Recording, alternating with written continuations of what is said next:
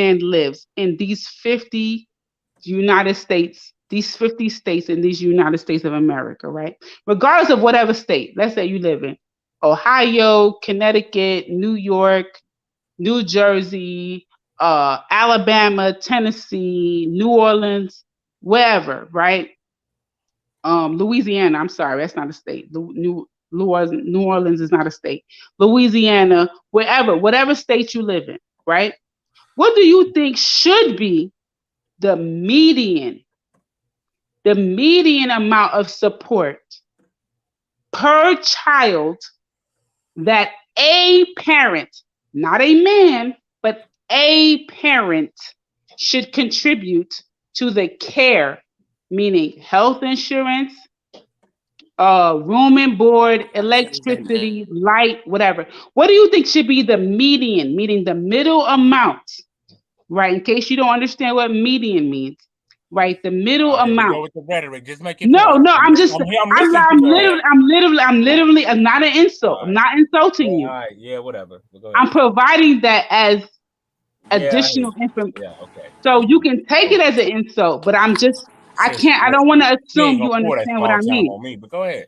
Okay, so what Just do get you to the think point. should be in the United States, right? And I understand the He was cost mad of 'cause I living is called him a varied. bitch ass nigga. I That's crazy. understand the cost of living. What do you think should be a median amount, the minimum for childcare that a parent, whether it's a woman on child support or a man on child support, what do you think should be the median?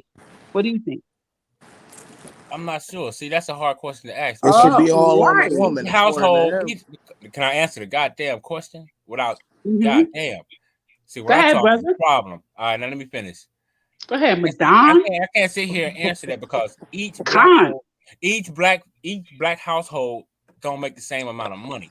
To me, you gotta live within your means. If your means show that you can spend more on different healthcare programs that'll be more beneficial than a lot of ones that don't benefit that well, spend that if you got the means. All I'm telling black people is don't go above your means. If you ain't got the means, you know what I mean, why go over it? So I can't sit here and tell you. I don't mean to cut you, that. Madon. I don't mean to cut you, right? But I'm trying to explain to you, right? That like, because I've done it before. I've applied for health insurance, right? And I mean not health insurance, but child support. Man, as a man, so listen, you get so the when means. you do the application for child support, there's not a whole lot of back and forth, right? They're not really asking you, hey, based off of like what like you get one opportunity to say, hey, this is what my electric bill is, this is what my light bill is, what my gas bill is, what my car note is. You only get one opportunity. One.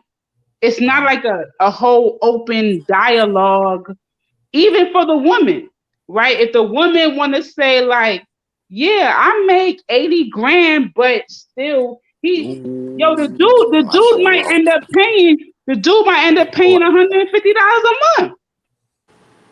Right? Well, like I understand it all depends on what she put down and then how he responds to it. I'm gonna just keep it a buck. I think that's the problem.